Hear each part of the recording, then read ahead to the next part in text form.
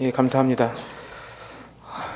저 1부 때도 성가대를 통해서 굉장히 은혜를 많이 받았는데 2부에도 굉장히 큰 은혜가 되는 것 같습니다. 가사가 참 좋은 것 같아요. 내 마음에 눈을 밝혀 주만 보게 하소서. 그 주님이 부르신 소망 가운데 기뻐 살게 하소서. 예, 여러분들 오늘 예배하실 때 이런 찬양의 은혜가 또 여러분들의 삶 가운데 함께 하시기를 주님의 이름으로 부탁을 드리겠습니다. 얼마 전에 인터넷을 통해 그 전국이 한번 발칵 뒤집어졌던 적이 있습니다.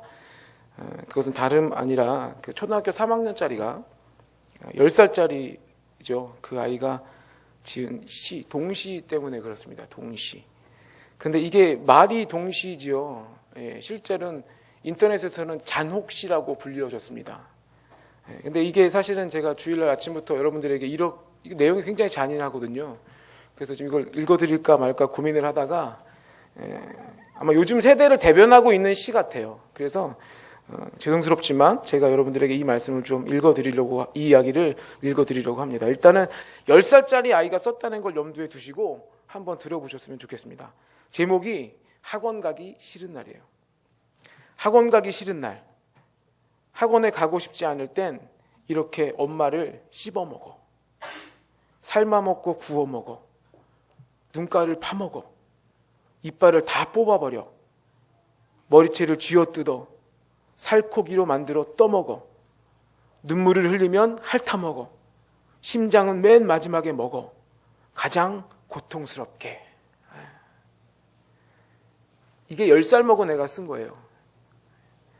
믿겨지지가 않더라고요, 처음에는. 이 10살짜리 애가 철이 없어서 이런 시를 썼다고 치고요. 이걸 동시지비에다가 묶어가지고 내놓은 사람들이 있더라고요. 이 현상, 이걸 보고 도대체 제가 어떻게, 뭐라고 설명을 드려야 될지 정말 모르겠더라고요. 그런데 그 사파는요, 더 가관이에요. 그 그림을 보면 한 여자가 옆에 피를 흘리고 쓰러져 있어요. 아마 엄마겠죠. 그리고 어떤 여자아이가 그 심장을 꺼내가지고 이렇게 먹고 있어요. 막 이가에 피가 질질 흐르는. 그 사파를 동시라고 그걸 써서 내놓은 거예요. 그 아이가 쓴 걸, 그걸 그대로 여과 없이 그냥 그 책에다가 만들어서 내놓은 거예요. 여러분, 이게 10살짜리 아이가 쓴 동시집에 나올 이야기입니까? 이게 우리에게 들려줘야 될 이야기라고 생각을 하십니까? 그런데요, 이게 우리 현실이에요. 제가 이 기사를 보면서 제일 끔찍했던 게 뭔지 아세요? 여러분들은 이 이야기 들으시면서 어떤 생각들을 드십니까? 다른 거 아니에요. 10살짜리 아이가 그 학원 가기가 얼마나 끔찍하게 싫었으면 이런 시를 썼냐고요. 이게 우리 인간의 감정이 전부 병들어 있다는 증거예요. 한참 뛰어놀 애들 갖다가 입시 지옥, 학원 이런 것으로 계속 밀어붙이는 부모님들부터 무너져 있고요. 아이들도 마찬가지예요. 어려서부터 인터넷, 휴대폰 중독돼가지고요. 아주 폭력과 이 음란이 끝이 없어요. 뿐만 아니라 엊그제 제 페이스북에 기사가 하나 올라왔어요. 서울시장 그 박원순 씨가 뭐라고 그랬는지 아세요? 동성결혼 합법화해야. 동성애자 권리 지지. 이것만 해도 화가 났는데요. 또 하나는 뭐가 있냐면 여호와의 증인 대체 복무 허용해야. 사회적으로 영향력 있는 이런 인사들이 이렇게 생각 없는 발언들을 하니까 가뜩이나 병들어 있는 시대, 가뜩이나 무너져 있는 이 세대가 아주 다시는 일어설 수 없이 아주 짓밟혀져 버린 그런 세대가 되지 않나, 이런 생각을 해보게 됩니다. 이 주위를 둘러보면 너무나 무너져버린 이 세상들을 발견할 수가 있습니다. 아버지 되신 우리 하나님께서 이것을 보시면, 이 상황들을 보시면 뭐라고 말씀을 하실까요? 뭐라고 말씀하실까요? 어떤 마음이실까요? 제가 오늘 무슨 말씀을 가지고 여러분들과 은혜를 나눌까 고민을 하다가 오늘 이 느헤미야서를 가지고 여러분들에게 말씀을 전하려고 하는데요. 이 느헤미야서의 주제는 재건입니다. 재건. 다시 세운다는 거예요. 영어로는 리빌딩이에요. 중요한 것은 느헤미야서에서 말하고 있는 게 단순히 건물만을 재건하는 거, 건물만을 다시 세우는 게 아니라 우리의 심령도 재건하는 것, 우리의 심령도 다시 세우는 것을 강조하고 있다는 거예요. 그래서 오늘 말씀을 통해 우리의 심령과 우리의 가정과 우리의 교회와 더 나아가서 이 제천시와 이 대한민국이 재건되는 마음, 재건되기를 간절히 소원합니다. 네. 오늘 말씀의 제목은 다시 세워야 할 때입니다. 네. 자, 여러분, 우리가 살펴볼 이 느헤미야서는요, 그 이스라엘의 그 포로 시대 이후에 기록된 말씀입니다. 이스라엘 역사를 살펴보면 이스라엘이 솔로몬 왕 이후에 우리나라처럼 남과 북으로 분열이 됩니다. 그래서 북쪽은 이스라엘, 남쪽은 유다가 되죠. 그런데 이 북쪽 이스라엘은 아수르라는 나라에게 멸망을 당하고요. 이 남쪽 유다는 바벨론 제국의 여러분 잘 아시는 느부갓네살 왕에게 멸망을 당합니다. 그렇게 멸망을 당하고 나니까 그 나라에 있던 쓸만한 젊은이들은 어떻게 해요? 죄다 포로로다가 다 끌고 가는 거예요. 그리고 가면서 예루살렘 성전을 다 불태워버렸고요. 예루살렘 성벽까지 다 무너뜨려버렸습니다.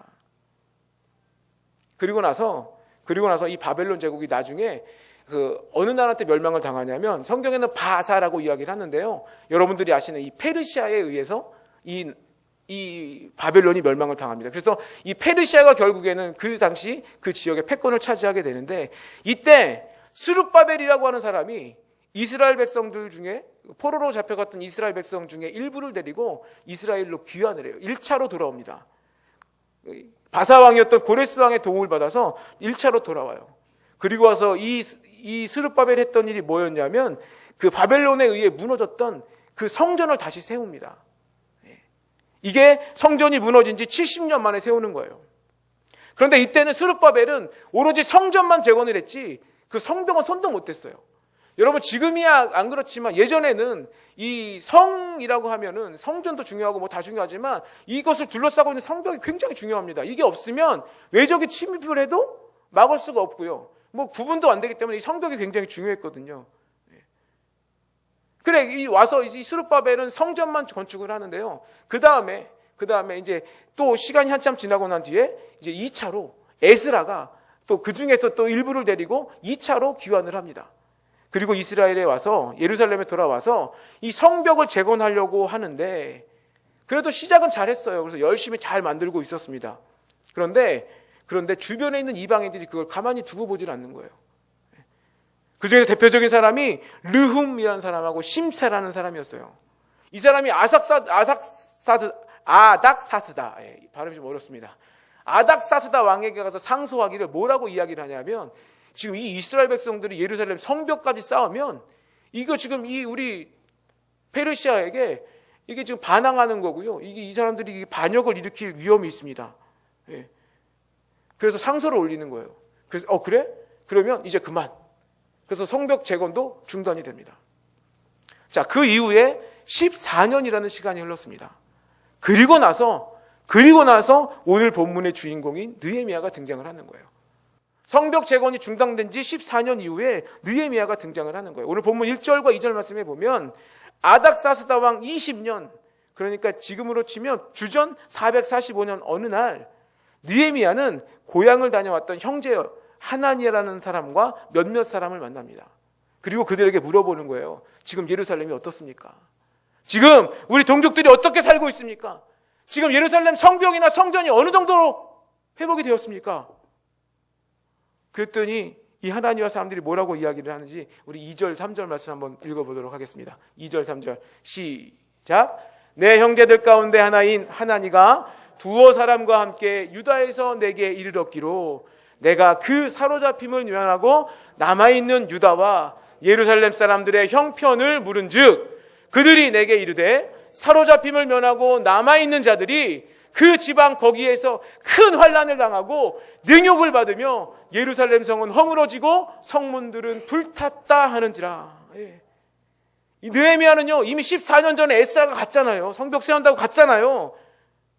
그러니까 아마도 지금쯤이면 성벽이 거의 재건이 되었겠지? 라는 생각을 가지고 물었는데 지금 뭐예요? 생각과는 전혀 다른 답이 나왔죠. 예루살렘 성이 허물어지고 성문들이 불에 탔고 예루살렘에 있는 모든 사람들이 환난을 당하고 있다는 거예요. 이때 여러분 느헤미야의 반응이 중요합니다. 이런 충격적인 소식을 들었을 때 이 느헤미야의 반응이 어땠습니까? 첫 번째로 이 느헤미야의 반응은 슬퍼하며 울었습니다. 다 같이 4절 말씀 한번 읽어보겠습니다. 4절입니다. 시작. 내가 이 말을 듣고 앉아서 울고 수일 동안 슬퍼하며 하늘의 하나님 앞에 금식하며 기도하여. 느헤미야가 수일 동안을 울었대요. 통곡하며 울었대요. 왜 느헤미야가 울었을까요? 자신의 조국이, 자신의 민족이 큰 어려움을 처했다는 그 소식을 들었기 때문에 슬퍼하며 울었다는 거예요. 예루살렘에 두고 온 내 동족들이, 예루살렘에 두고 온 내 가족들이 큰 환난을 당하고 예루살렘 성이 엉망이 되어버렸다는 그 소식을 듣고 통곡하며 울었다는 거예요. 그런데 여러분, 이 부분이 저는 사실 조금 이해가 되질 않아요. 왜냐하면 이 당시 느헤미야가 어떤 상황이었습니까? 성경에 말하면 이 느헤미야가 페르시아 왕이었던 이 아닥사스다 1세에게 굉장한 신임을 받았어요. 그래서 이 사람의 직책이 뭐였냐면 술관원이었거든요. 근데 여러분, 이 술관원이 뭐 하는 사람입니까? 왕이 마시는 술에 이게 독이 들었나 안 들었나 이게 미리 마셔보는 거예요. 그러니 이 자리에 왕이 아무나 갖다 세울까요? 아니죠. 제일 믿을 만한 사람, 제일 신임할 수 있는 사람을 갖다가 세우는 거예요. 요즘으로 말하면 아마 대통령 경호실장이나 뭐 대통령 비서실장 이쯤 되는 직책일 것 같아요. 독살하려고 하는 사람들로부터 왕을 보호하고요. 그것만 끝이 아니에요. 심지어는 역사에 의하면 그 왕과 함께 앉아서 이 술관원들이 그 왕이 이야기하는 정책에 대해서도 같이 논하고 그런 매우 중요한 자리에 있는 직책이 이 술관원이라고 성경에서 이야기를 하더라고요. 이게 무슨 이야기냐면요, 느헤미야는 그 당시 권력의 핵심부에 있었다는 사람이에요. 실세 중에 실세였다라는 이야기예요.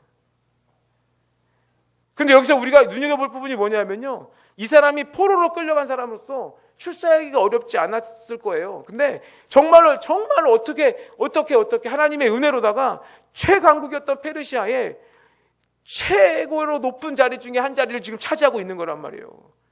그 이야기는 느헤미야가 아쉬울 게 없다는 얘기예요. 요만큼도 아쉬울 게 없는 사람이라는 거예요. 그 입장에서 보면 조국이 어려움에 취해 있건, 뭐 예루살렘 성이 허물어졌건, 예루살렘 문이 뭐 불타버렸건, 그의 삶 가운데 있어서 별로 중요하지 않을 수도 있었다라는 거예요. 그렇지 않습니까? 여러분, 일반적으로 정치인들의 초점이 어디에 가 있어요? 어떻게 하면 권력을 잡을까? 그리고 또 그렇게 권력을 잡았으면 이 권력을 어떻게 유지할까? 거기에 초점이 가 있지 않습니까? 술관원 역시도 마찬가지였을 거예요. 내가 어떻게 오른 이 자리인데, 내가 어떻게 이 왕의 이 신임을 얻었는데 이 자리에 어떻게 하면 지킬 수 있을까? 그게 아마 가장 중요한 문제였을 거예요. 그런데 오늘 느헤미야는 안 그랬다는 거죠. 멀리 떨어져 있는 조국이 큰 어려움에 처했다는 그 소식을 듣고 어떻게 했다고요? 통곡하며 울었다라는 거예요. 잠깐 울다가 그친 것도 아니고요, 눈물만 그렁그렁한 게 아니고요, 수일 동안을 통곡하며 울었다라는 거예요. 자, 그럼 여기서 저와 여러분들의 모습을 좀 돌아보셨으면 좋겠습니다. 여러분들은 어떠세요? 조국이 어려움을 당하고 있다는 소식을 들으시면 느헤미야처럼 슬퍼하십니까? 주변에 어려움 당한 이웃들을 보면 함께 슬퍼하고 함께 울어주고 계십니까? 예전에 들은 이야기인데 이런 유머 아닌 유머가 있어요. 어느 한 남자가 길거리에서 울다가 웃다가 반복을 하더라는 거예요. 하도 이상해서 한 사람이 물어봤어요. 아니, 도대체 우는 것도 아니고 웃는 것도 아니고 뭡니까? 왜 웃다 이러십니까? 그랬더니 이 남자가 이렇게 대답을 하더라는 거예요. 내가 어제 2억 원짜리 BMW 승용차를 샀습니다. 근데 시간이 없어서 내가 이거를 보험을 못 들고 있었는데 그만 오늘 아침에 우리 마누라가 그 차를 끌고 나갔다가 고속도로에서 사고가 나가지고 아내는 죽고 자동차는 못 쓰게 폐차됐다는 그런 연락을 조금 전에 받았습니다. 이 사람이 이상한 거예요. 아니, 그렇게 소리를 들었으면 이게 슬퍼해야 될 상황이 아닙니까? 그랬더니 이렇게 다시 이야기를 하더라는 거예요.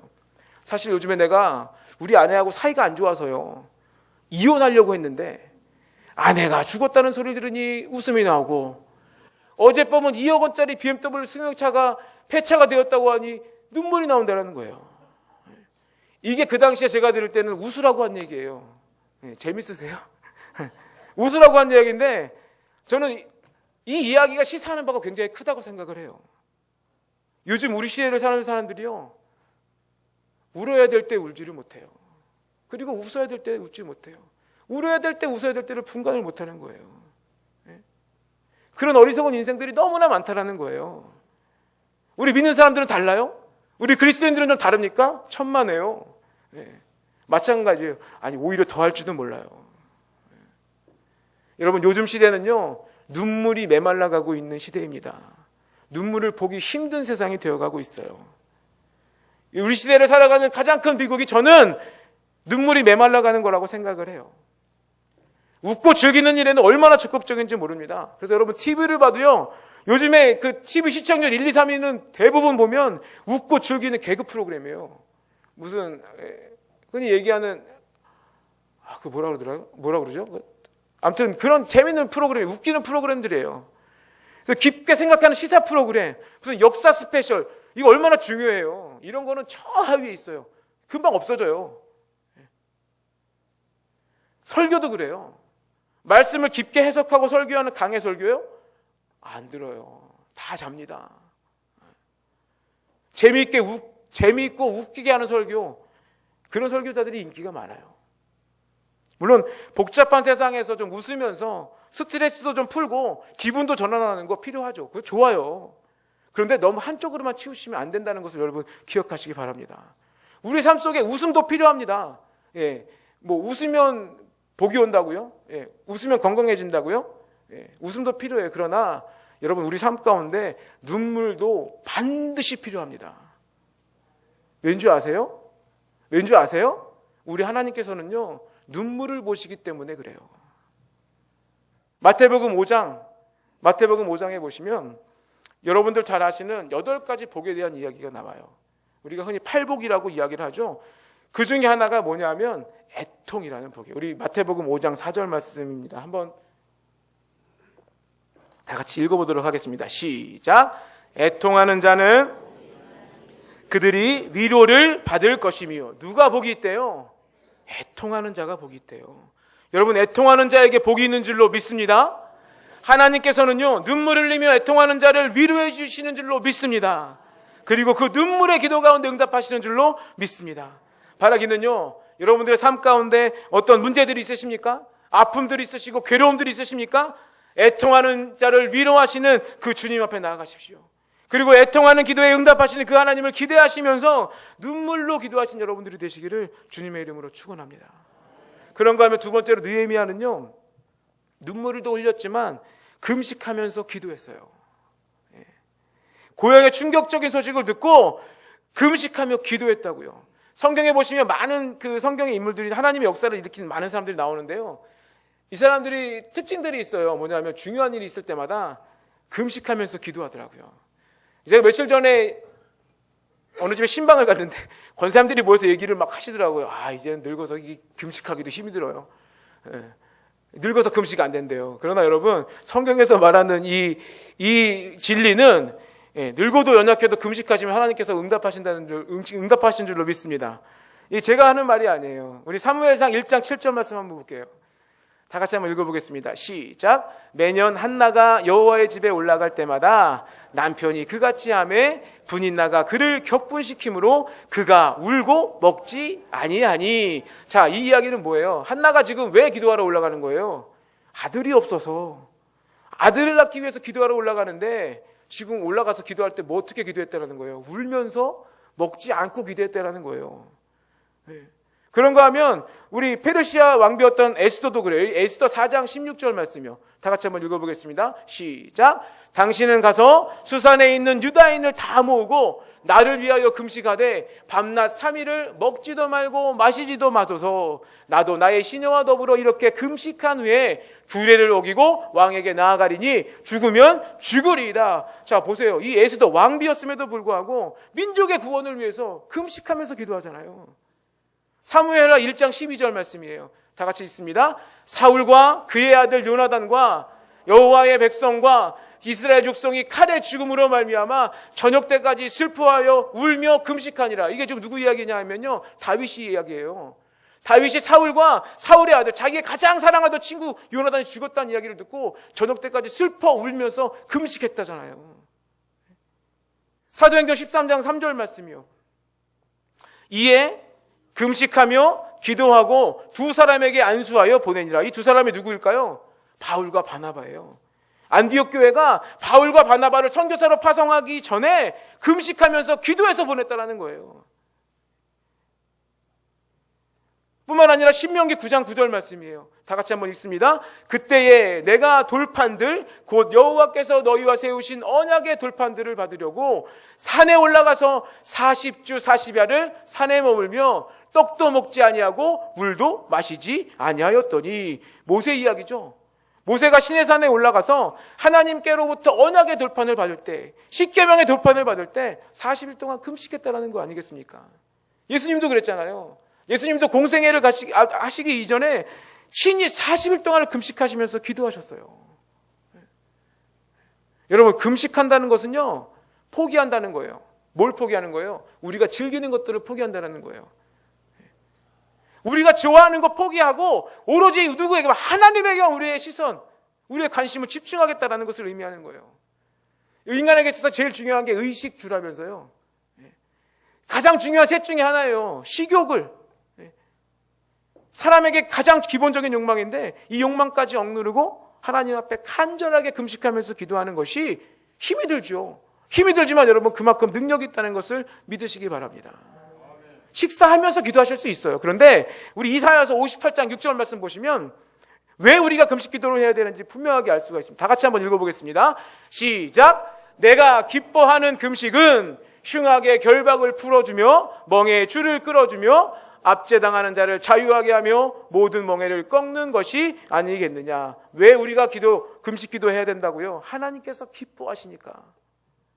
그리고 하나님께서는 우리가 금식하면서 기도할 때 더 빠르게 응답하신다는 것을 믿으시기 바랍니다. 우리가 금식하며 기도할 때 하나님께서는 이 말씀에서처럼 흉악의 결박을 풀어주시고 멍에의 줄을 끌어주시고 눌려있는 사람들을 자유하게 하시고 모든 멍에를 꺾어주시는 줄을 믿으시기 바랍니다.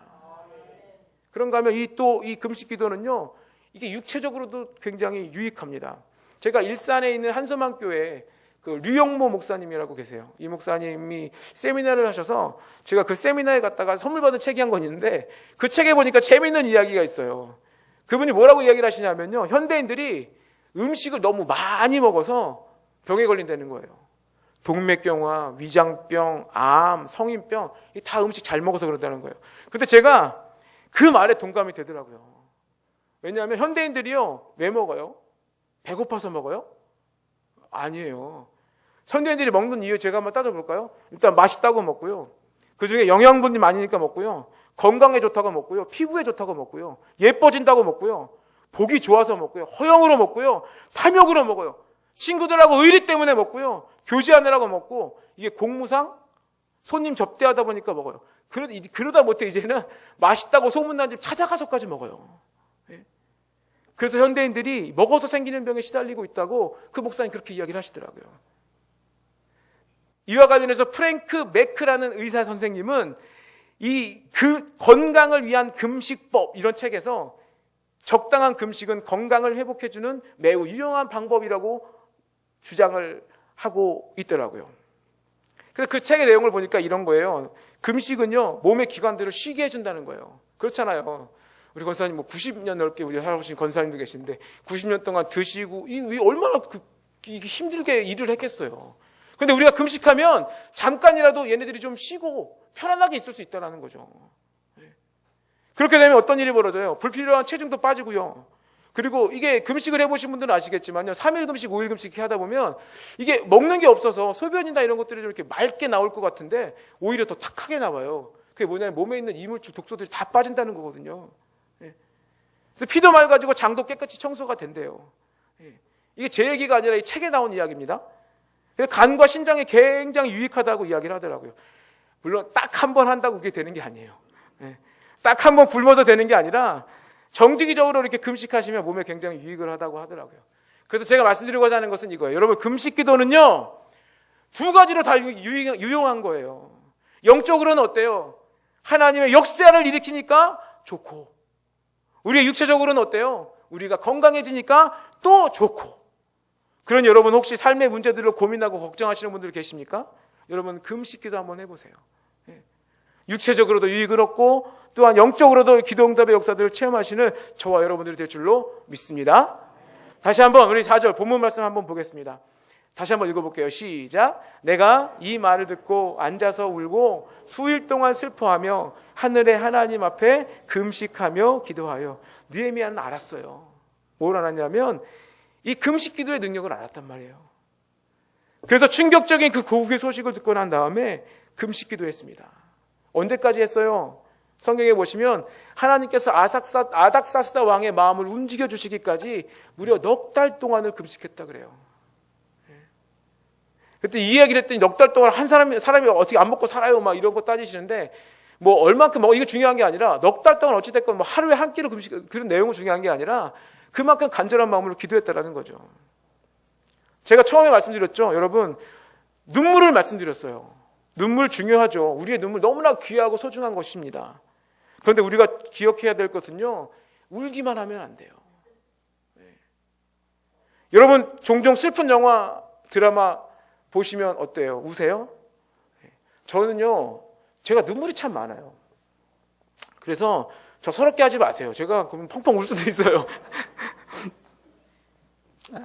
그 슬픈 영화나 드라마를 보면요, 울어요. 울어도 그냥 우는 게 아니라 엉엉 울어요. 저희 집사람은 안 우는데요, 저만 울어요. 저희 집사람이 저를 보고 쿡쿡 찔러요. 극장 가면 창피하다고 막 쿡쿡 찔러요. 네. 그런데요, 제가 중요한 건 하나를 깨달았어요. 운다고 해서 드라마 내용이 절대 달라지지 않아요. 내가 펑펑 울어도 죽었던 주인공이 다시 살아나오지 않아요.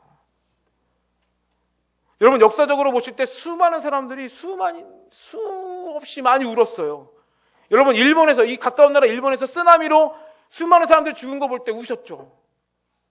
천안함 칠모 사건으로 나가지고 그 젊은 그 군인들 그렇게 죽었을 때 얼마나 많이 울었어요. 작년에는 세월호 사건 보면서 죽은 어린 학생들을 보고 참 많이 울었잖아요. 또 얼마 전에 우리 또 헌금했지만 이 네팔에서도 지진으로 수많은 사람들이 희생당하는 거 보고 얼마나 많이 울었냔 말이에요. 그런데 여러분, 분명 생각해 보세요. 안타까운 마음으로 우니까 뭐 달라지는 거, 역사가 달라져요? 절대 안 달라져요. 운다고 역사는 달라지지 않아요. 아무리 펑펑 울어도 역사는 달라지지 않는다는 것을 기억하시기 바랍니다. 역사가 달라지기 위해서는요, 딱 하나밖에 없어요. 뭘까요? 기도예요, 기도. 네. 기도하지 않으면 역사는 달라지지 않습니다. 아무런 일도 일어나지 않아요. 동의하십니까? 우리가 아무리 재건을 외치면서 운다고 해도, 우리가 아무리 부흥을 사모하면서 소원하면서 운다고 해도 기도하지 않으면 아무런 일도 일어나지 않는다는 것을 믿으시기 바랍니다. 그렇기 때문에 우리는 기도해야 돼요. 느헤미야처럼 기도해야 돼요. 느헤미야처럼 금식하면서 기도해야 돼요. 금식 기도는요, 비상수단이에요. 금식하면서 기도하고, 여러분 간절하게 기도하시면 완악한 사람들의 마음을 움직일 수 있음을 믿으시기 바랍니다. 닫힌 문을 열게 할 수도 있고요, 전능하신 하나님의 능력을 체험하게 되는 줄로 믿으시기 바랍니다. 그러니 여러분, 세상적인 수단, 세상적인 방법에 매달리지 마시고 오늘 이 느헤미야처럼 금식하시고 기도하심으로 말미암아 살아서 역사하신 하나님의 손길을 체험하실 수 있기를 주님의 이름으로 축원합니다. 내일부터 작정 밤기도회 시작된다고 말씀드렸죠. 제가 이 말씀드리는 이유는 여기에 있어요. 작정 밤기도회 여러분 사모함으로 나오십시오. 삶 가운데 문제, 주보에 보시면 직분자들은 반드시 참여하시라고 얘기했어요. 근데 직분자들 뿐만이 아니라 우리 믿는 사람들 모두는 그 기도에 참여해서 같이 기도해 줄 줄로 믿습니다.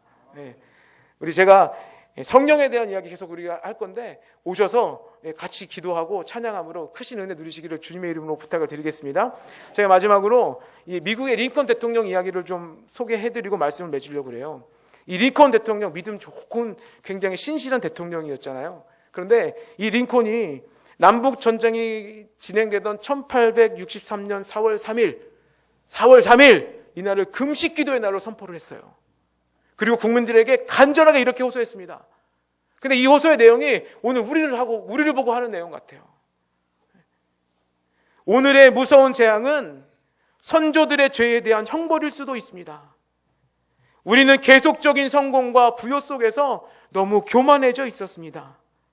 우리는 너무 자신만만한 나머지 우리를 창조하신 하나님께 기도하는 것을 잊고 지냈습니다. 하나님의 자비와 은혜를 빌어야 합니다. 이것이 미국 국민의 의무입니다. 이것이 우리 그리스도인의 의무입니다. 동의하십니까?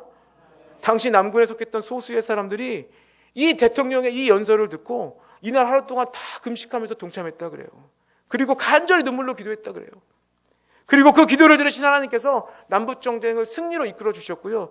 미국을 지금 그 축복의 나라로 만들어 주신 줄로 믿습니다.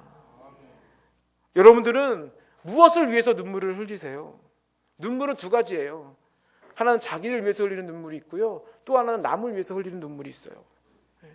여러분 어떤 눈물이 더 값진 눈물일까요? 나를 위해서 흘리는 눈물이 값진 눈물일까요? 남을 위해서 흘리는 눈물이 값진 눈물일까요? 두말할 거 없이 남을 위해서 흘리는 눈물이 값진 눈물이에요. 오늘 본문에 등장하는 느헤미야는요, 자기 자신을 위해서가 아니라 조국을 위해서 눈물을 흘렸습니다. 무너진 것을 안타깝게 여기는 마음으로 통곡하며 눈물을 흘렸고요. 식욕을 억제해가며 금식하며 기도했어요. 여러분 우리 주변을 한번 살펴보세요. 제가 제일 처음에 말씀드렸죠. 무너진 게 너무나 많아요. 제가 그 무너진 것들을 생각할 때마다 어떻게 할 수가 없어요. 아내와 남편이 갈등하고 있고요. 부모와 자녀가 갈등하고 있는 그런 무너진 가정들이 너무나 많아요. 어제 신문에 보니까 그 뱃속에서 나온 아이를 갖다가 죽으니까 그걸 뭐 엄마한테 택배로 보냈다는데 뭐 이런 세상이에요, 여러분.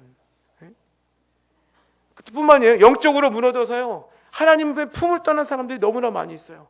사업이 무너져서 어려움 당하시는 분들도 계시고요. 인간 관계가 무너져서 어려움 당하시는 분들도 너무나 많이 있어요.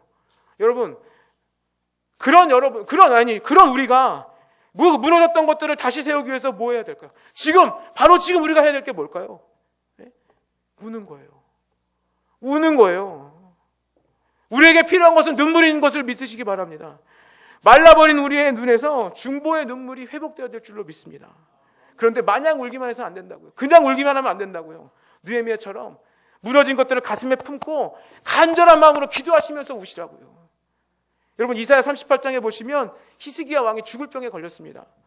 그런데 이 히스기야 왕이 어떻게 했는지 아세요? 벽 보고 기도했어요. 통곡하면서 기도했어요. 왜 벽을 봤을까요? 여러분 벽 보셨어요? 뭐가 보여요? 아무것도 안 보여요. 아무것도 안 보이니까 그 시간만큼은 뭐만 생각하는 거예요? 오로지 나와 하나님만 바라보는 거예요. 그렇게 심히 통곡하며 기도하니까 하나님께서 이사야 선지자를 통해서 이렇게 말씀을 하시더라고요. 이사야 38장 5절 6절 말씀 다 같이 한번 읽겠습니다. 시작. 너는 가서 히스기야에게 이르기를 내 조상 다윗의 하나님 여호와께서 이같이 말씀하시기를 내가 내 기도를 들었고 내 눈물을 보았노라. 내가 내 수 안에 15년을 더하고 너와 이 성을 아수르 왕의 손에서 건져내겠고 내가 또 이 성을 보호하리라. 5절 말씀 앞에 보여주세요. 5절 말씀. 5절 말씀 보여주세요. 네. 5절 말씀. 자막이요? 못 돌려요? 네. 여기 보시면 하나님께서 히스기야의 무엇을 들으셨고 무엇을 보았다 그래요? 기도를 들으셨고 눈물을 보았다 그래요. 아멘이십니까? 그래서 하나님께서 이 히스기야의 생명을 무려 15년 동안이나 연장해 주셨어요. 그리고 6절에 보시면 거기다 보너스가 주어져요. 히스기야 이건 기도하지 않았거든요. 근데 그 보너스가 뭐예요? 아수르 왕의 손에서 보호해 주셨단 말이에요. 여러분 이와 같은 분이 우리가 믿는 하나님이신 줄을 믿으시기 바랍니다. 우리의 눈물을 보시고 우리의 기도를 들으시는 분이 우리가 믿는 하나님이신 줄을 믿으시기 바랍니다. 여러분 주변에 삐뚤어진 자녀들 보면 어떻게 하시겠습니까? 어떻게 하시겠습니까? 눈물로 기도하셔야 돼요. 신앙생활 멈추고 방황하는 우리 교우들을 바라보시면 여러분 어떻게 하시겠습니까? 눈물로 기도하셔야 돼요. 지진으로 말미암아 어려움 당하고 있는 저 네팔 사람들, 또 그 메르스로 인해서 아파하고 있는 그 사람들, 그리고 우리 이 세대 가운데 무너진 것들로 인해 고통받고 있는 그 많은 사람들, 그 사람들 보시면서 뭐 하셔야 되겠어요? 눈물로 기도하셔야 돼요. 하나님께서는 우리의 눈물을 보시고 우리의 기도를 들으시고 역사하시는 분이신 줄을 믿으시기를 주님의 이름으로 축원합니다. 그래서 우리의 삶 가운데 눈물과 기도를 회복할 수 있는 저와 여러분들이 될 수 있기를 주님의 이름으로 축원합니다. 우리 시간에 잠시 기도하길 원하는데요. 우리 시간에서 같이 한 음성으로 기도하실 때